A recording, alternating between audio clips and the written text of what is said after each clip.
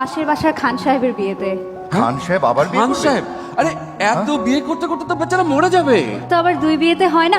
আচ্ছা, সরি। একটা পুরস্কার পেয়ে শাকিব খান ভুলে গেল পুরনো সব অতীত। একের পর এক সমালোচনার ঝড়। ওরকম দেখাতে একটা সময় ছিল যখন শাকিব খানকে প্রথম আলো অ্যাওয়ার্ড অনুষ্ঠানে নিয়মিত অপমান করা হতো। পুরস্কার জেতার মতো যোগ্যতা থাকা সত্ত্বেও শাকিব খানের হাতে উঠত না সেই সম্মান, বরং নাটকের কোনো এক অভিনেতার হাতে তুলে দেওয়া হতো সেই পুরস্কার।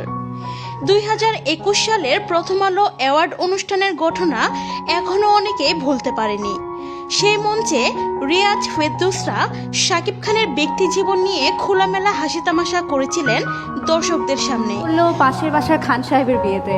খান সাহেব আবার বিয়ে খান করবে? সাহেব, আরে এত বিয়ে করতে করতে তো বেচারা মরে যাবে। তখন শাকিব ভক্তরা খুবই ফেটে পড়েছিল, এমনকি অনেকেই সেই অনুষ্ঠান বয়কটের ডাকও দিয়েছিল। শুধু তাই নয়, শাকিব খানের ব্লকবাস্টার সিনেমা প্রিয়তমা, যা গোটা ইন্ডাস্ট্রিকে নাড়িয়ে দিয়েছিল, তাকেও যথাযথ সম্মান দেয়নি তারা, বরং সেই জায়গায় নাটক জগতের কেউ পুরস্কার নিয়ে চলে গিয়েছিল, যেন শাকিব খানের সাফল্য কোনো গুরুত্বই রাখে না। কিন্তু সময় বদলেছে এবং বদলে গেছেন শাকিব খান নিজেও।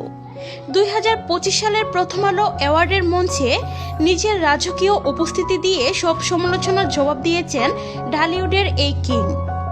তুফান সিনেমার জন্য যখন তিনি পুরস্কার হাতে নিলেন, তখন যেন একটা বার্তায় উঠে এলো, প্রথম আলো আজও বুঝে গেছে শাকিব খান ছাড়া তাদের হাতে আর কোনো অপশন নেই।